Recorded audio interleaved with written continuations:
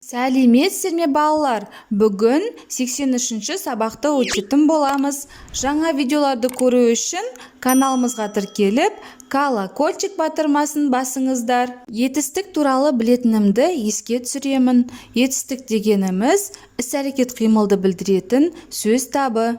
Бірінші жаттығу мәтінді мұқият тыңда. Атамның кабинетінде үлкен портрет ілулі тұратын. Ол кісінің сәл күлімсірей қараған жанарынан бір жылы сәуле тарап, жүрегінді мейірімге бөлегендей сезілетін. Бірде Ержан атасына қызық сұрақ қойды. Ата, ана кісі сіздің әкеңіз бе? Деп Әуезовтің суретін көрсетті. Атам Ержанға мойнын бұрып: кімді айтасың? Немересінің шошайған саусағының нені нысанаға алғанын көріп, күліп жіберді. Ол ұлы адам, өте үлкен жазушы деп түсіндіре бастағанда, Ержан балаға тән шыдамсыздықпен сөзді бөліп жіберді.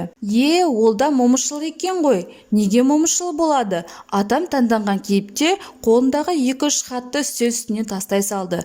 Ешқандай момышыл емес, ол Мұхтар Әуезов деді. Өзіңіз ұлы дедіңіз ғой, ұлы болса ол да момышылы болады деп Ержан өз жорамалын айтып қояр емес. Атам басын шайқап, немересіне ұқтыруға кірісті. Мәтін кім не туралы? Мұхтар Әуезов туралы, атасы мен немересі туралы, үлкен портрет туралы, ұлы сөзінің беретін мағынасы туралы.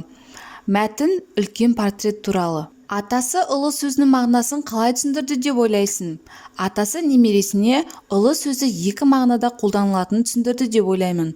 Біріншісі, атақты, абыройлы, үлкен тәлім-тәрбие беретін еңбектері бар адам болса, ал екінші мағынасы кімнің баласы екенін білдіретін ұлы сөзі. Төмендегі қай пікір ақиқат екенін мәтін бойынша тексер. Бірінші, кіреберісте атамның портреті ілулі тұр. Бұл дұрыс емес. Кіреберісте Мұхтар Әуезовтың портреті ілулі тұр.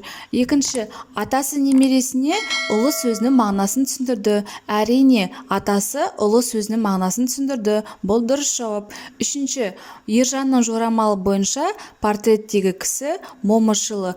Ержан момышылы деп портреттегі кісіні ойлады. Ұлы деп қандай адамды айтады? Сұраққа жауап бер, жаз. Етістікке сұрақ қойып, астын сыз.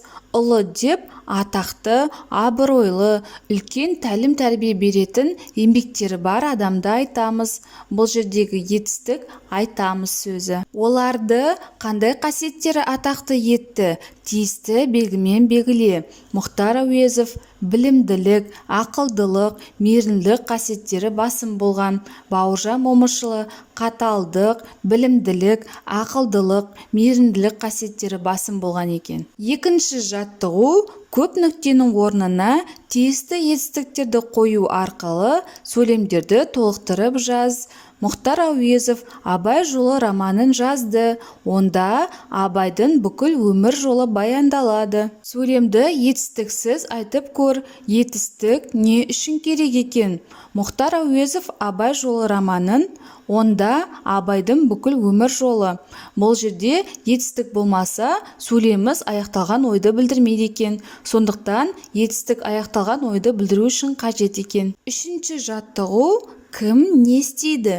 2 бағанды сәйкестендіріп жаз. Батыр ерлік жасайды, жазушы кітап жазады, ақын өлең жазады, суретші сурет салады, биші би билейді. Осымен біздің сабағымыз аяқталды. Каналымыз пайдалы болған болса, лайк басып тіркеліп қойыңыздар. Жаңа видеолар сізге бірінші болып көрінеді.